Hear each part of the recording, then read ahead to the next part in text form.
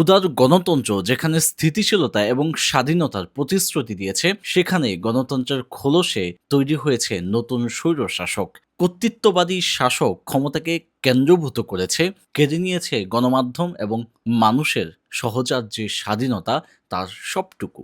সাংবিধানিক কৌশলে ক্ষমতার অপব্যবহার করে রাষ্ট্রের প্রতিটি প্রতিষ্ঠানকে নিজের আয়ত্তে নিয়েছে এবং গড়ে তুলেছে কর্তৃত্ববাদী শাসন ব্যবস্থা। বিশ্বজুড়ে এর অসংখ্য উদাহরণ রয়েছে, যার সবচেয়ে নিকট উদাহরণ হলো বাংলাদেশে পতন হওয়া ফ্যাসিস্ট শেখ হাসিনা। তবে সকল স্বৈরশাসকের চরিত্র এবং গঠন প্রকৃতি একই হলেও তাদের পতন হয়েছে ভিন্ন ভিন্ন প্রেক্ষাপটে।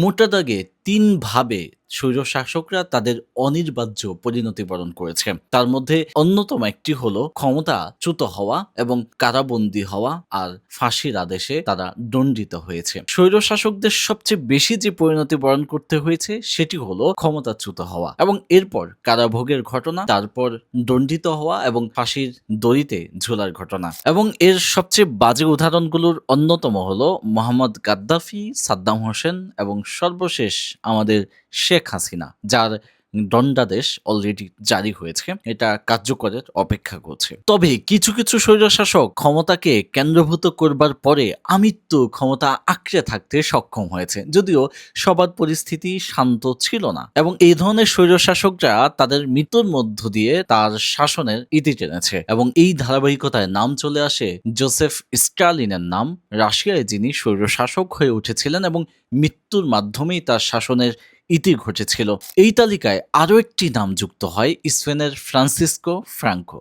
স্বৈরশাসকদের পরিণতির ক্ষেত্রে সবচেয়ে কম যেটা ঘটেছে সেটা হচ্ছে শান্তিপূর্ণভাবে ক্ষমতা হস্তান্তর করে ক্ষমতা থেকে বিদায় নেওয়া।